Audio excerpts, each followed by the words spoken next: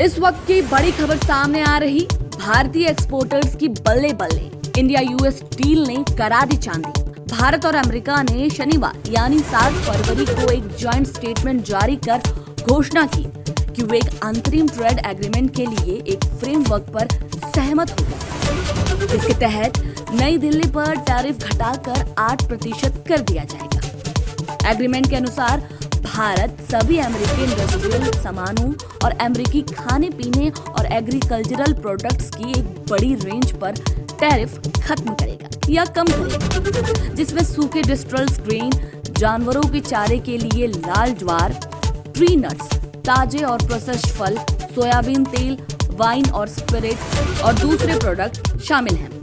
Statement के अनुसार अंतरिम एग्रीमेंट के सफल होने पर जेनेरिक फार्मास्यूटिकल, रत्न और हीरे और एयरक्राफ्ट पार्ट्स सहित कई तरह के सामानों पर टैरिफ शून्य हो जाएगा,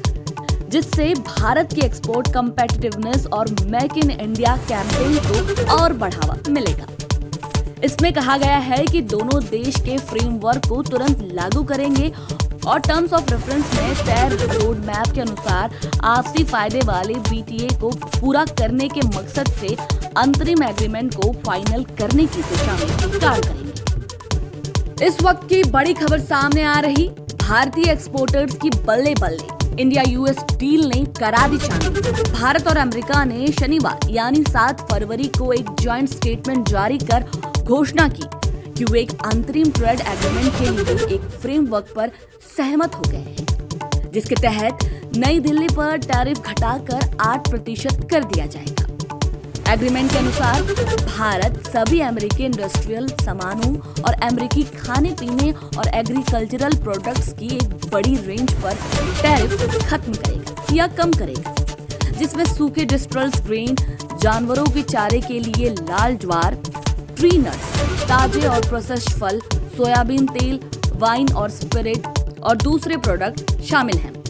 स्टेटमेंट के अनुसार अंतरिम एग्रीमेंट के सफल होने पर जेनेरिक फार्मास्यूटिकल, रत्न और हीरे और एयरक्राफ्ट पार्ट्स सहित कई तरह के सामानों पर टैरिफ शून्य हो जाएगा, जिससे भारत की एक्सपोर्ट कम्पिटिटिवनेस और मेक इन इंडिया कैंपेन को और बढ़ावा मिलेगा। इसमें कहा गया है कि दोनों देश के फ्रेमवर्क को तुरंत लागू करेंगे और टर्म्स ऑफ रेफरेंस में तय रोड मैप के अनुसार आपसी फायदे वाले पूरा करने के मकसद से अंतरिम एग्रीमेंट को फाइनल करने की दिशा में कार्य करेंगे।